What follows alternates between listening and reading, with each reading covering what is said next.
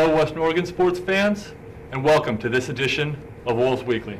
I'm your host, Danny Barnes, and I'm joined today by head football coach Arn Ferguson. Coach, just got back from a long road trip down there to Sacramento. Yep. Tell us a little bit about that game against the Hornets.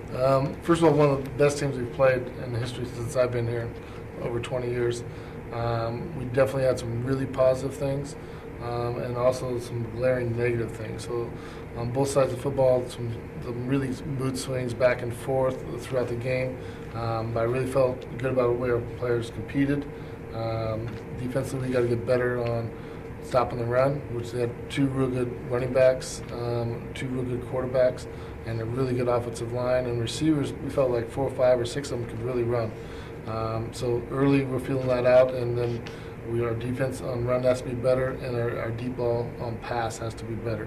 But as things settled down, I really thought our corners, which going into the season were our weakness in certain areas, I thought they played extremely well.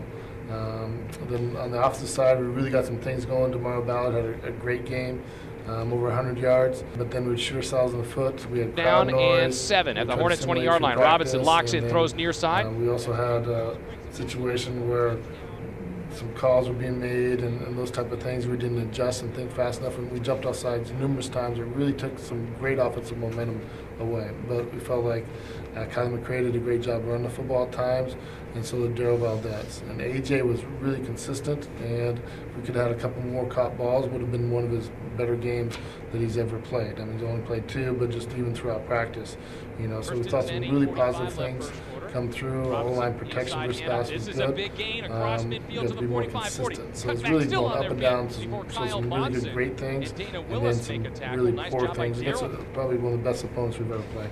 Well, you had some very good individual performances, as you already talked about. First one, and we have some highlights of this one, Demario Ballard. He had 111 yards on catches. And then you had Justin Orr, which we just see going in for the touchdown right there. Had 3 catches, 83 yards, including that long one. Tell us a little bit about your receiving core and how they're coming along. Well, first of all, everything depends on the protection, which was really good. And then our quarterback delivering the football, which we felt he got better throughout the game. And he got hit a couple times, pretty good hits, and able to stay in there and keep getting better. But Demario Ballard creates a matchup problem for anybody. To see him play well, and also created, as you saw Justin Orr come to the middle, that's because that extra safety's going over top of Demario, trying to double team him, which creates an open space for Justin Orr.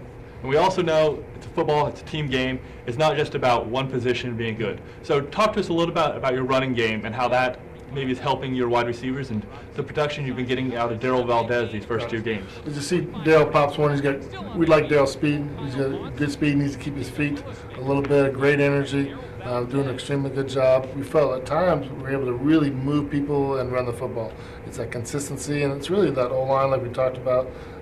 It's still, we're a couple games away for that really to gel. It takes time for those guys to play against each other. And one of our linemen, because of a very serious family incident, wasn't able to come. And he was at our game but didn't practice much and didn't play much.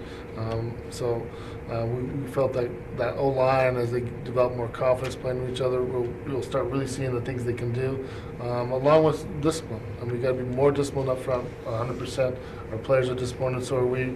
6 to 8 penalties are just on jumping off sides, And some of that's because they're worried about protecting the quarterback against a very good opponent. Some of that's discipline, and some of it's crowd noise and environment that we don't play in normally, where that takes extra concentration. So this week we're going to practice more with music, more on things so they have to concentrate better, distractions, those type of things to fix that major glaring problem. And talk to me a little bit about some of your defensive players. First of all, we have a highlight right here of Kalani Zoller getting into the quarterback. Tell us a little bit about your defensive line play and how that's always an important issue. Yeah. Actually, what you see right here is our corner, Isaiah Buchanan, tipping the ball, and Caleb Singleton has one of the best returns I've seen. A couple more blocks. I think he could have taken this to the house, but it shows how athletically Caleb is, and also aware as far as with the ball in his hands, but also making a tip, catching that off of Isaiah Buchanan's reaching over and really extending to the last second to tip that, keeping his back arm away from him so he doesn't get a PI call. And we know that Caleb Singleton's one of your anchors in your defensive backfield right now, being a senior, a 4-year starter basically, and two-time all-conference player. So he's doing some really good things on run and pass. We still don't think he's playing the best football he can play, so we're excited to see his improvement this week and throughout the next.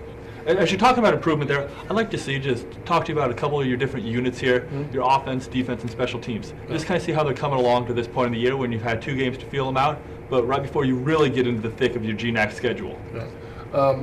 First of all, the teams we play will be somewhat similar to Sac State. We think Humboldt is going to be very good, Central will be very good, Dixie's getting better. So even though we have a chance of seeing all of them on film, we know that we got to play to this caliber.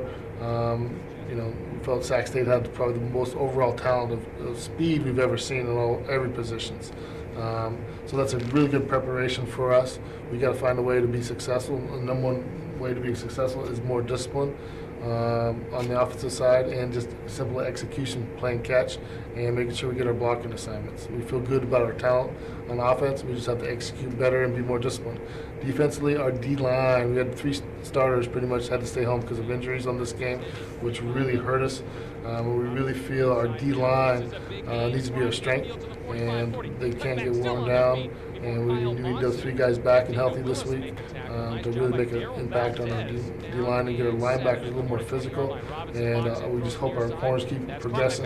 We see DeMario here make a huge play and see the athletic ability that he can do. So we need to give our offense more chances to get that ball in playmakers that we do have on offense. And we have quite a few. So we're very pleased with that, with its consistency on offense. And really, our up front run versus the run has to get much better. And you have to be kind of impressed. Only 2 opportunities, but Kelly Morgan's made 2 long field goals this year. Yeah, Kelly Morgan, we've changed how he practices. He has 2 or 3 times throughout a practice that he has to make one kick, and that's really helped him. We don't really kick him multiple times. It's just he's been very, very productive on things. We just wish to kick some kickoffs and surprise Booch a little bit better that game, but so does he. So you come home against an opponent you've already faced this year, Simon Fraser. Yep. Tell us a little bit about that, and then tell us this will be your home opener this weekend. Yeah. First of all, we're excited to get off 2 rough road trips, long road trips. We didn't get back until 7:30 with Sac State, so our kids are excited to play at home. We're excited to play a team that can do some really good things. They're very spread out, misdirection, and defensively they move their fronts around, so it's a good preparation for us. We got to play fast and play physical. So it's really more about us playing like we can play, and obviously for people to see what we can do at home. And we hope that you all come out to join Coach Ferguson and the Wolves this weekend and watch them play for their first time at home this year. We'll be having a red zone, which is the tailgating area located back behind the stadium, and there are still tickets available for this game. So it is $10 for general admission tickets and $15 for reserve tickets. And if you'd like to order your tickets ahead of time, please call the number you see listed on your screen right now. And I just want to say, Coach, thanks for joining us on this edition of Wolves Weekly, and thank you all for watching.